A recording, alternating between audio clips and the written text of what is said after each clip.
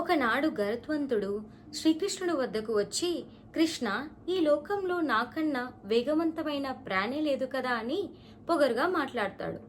ఇది విన్న సుదర్శన చక్రం కృష్ణుడి వద్దకు వచ్చి, ఈ విశ్వంలోనే నాకన్నా అత్యంత శక్తికరమైన ఆయుధమే లేదు కదా అని గుర్తు చేస్తుంది. సత్యభామాదేవి కృష్ణుడి వద్దకు వచ్చి, కృష్ణ, మీ త్రేతాయుగంలో సీతాదేవి కన్నా 1000 రెట్లు నేను అందంగా లేనా అని పొగరుగా మాట్లాడుతుంది. ఈ ముగ్గురు మాటలు విన్న శ్రీకృష్ణుడు ఎలా అయినా వీళ్ళ ముగ్గురికి బుద్ధి చెప్పాలి అనుకుంటూ గరుత్మంతుణ్ణి పిలుస్తాడు.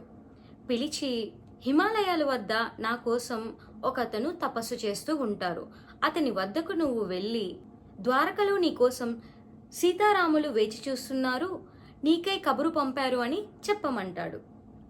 తరువాత సుదర్శన చక్రాన్ని పిలిచి, ఈరోజు నా ద్వారకానికి కాపలా కాయు, ఎంత పెద్ద శక్తివంతమైన వ్యక్తి వచ్చినా సరే లోపలికి విడిచిపెట్టకు అని చెప్తాడు. సత్యభామాదేవిని పిలిచి, నువ్వు ఈరోజు సీతాదేవిలా తయారై రమ్మంటాడు. గరుత్మంతుడు శ్రీకృష్ణుడు మాట విని అతను చెప్పినట్టే హిమాలయ పర్వతాలకి బయలుదేరతాడు. అక్కడ హనుమంతుడిని కలుసుకొని మన వార్తని అందజేస్తాడు. అప్పుడు హనుమంతుడు గరుత్మంతుడి కన్నా 1000 రెట్లు వేగంతో శ్రీరాముణ్ణి చేరుకుంటాడు. తరువాత శ్రీరాముణ్ణి నమస్కరించుకొని ఇద్దరిని చూసి వెంటనే హనుమంతుడు, రామా, ఎవరు ఈ చెలికత్తె మీ పక్కన అని అడుగుతాడు. అప్పుడు సత్యభామాదేవి ఆశ్చర్యానికి గురై చూస్తుంది. తరువాత కృష్ణుడు అడుగుతాడు, హనుమా, నువ్వు ద్వారం లోపలికి వచ్చినప్పుడు బయట నిన్ను ఎవరూ అడ్డుకోలేదా అని అడుగుతాడు.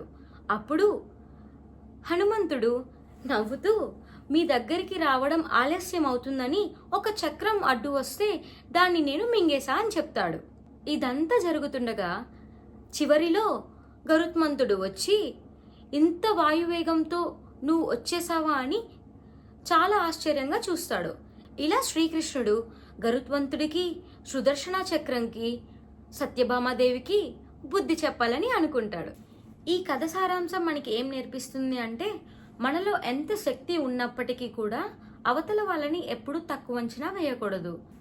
Okay guys, and thank you so much for watching my video.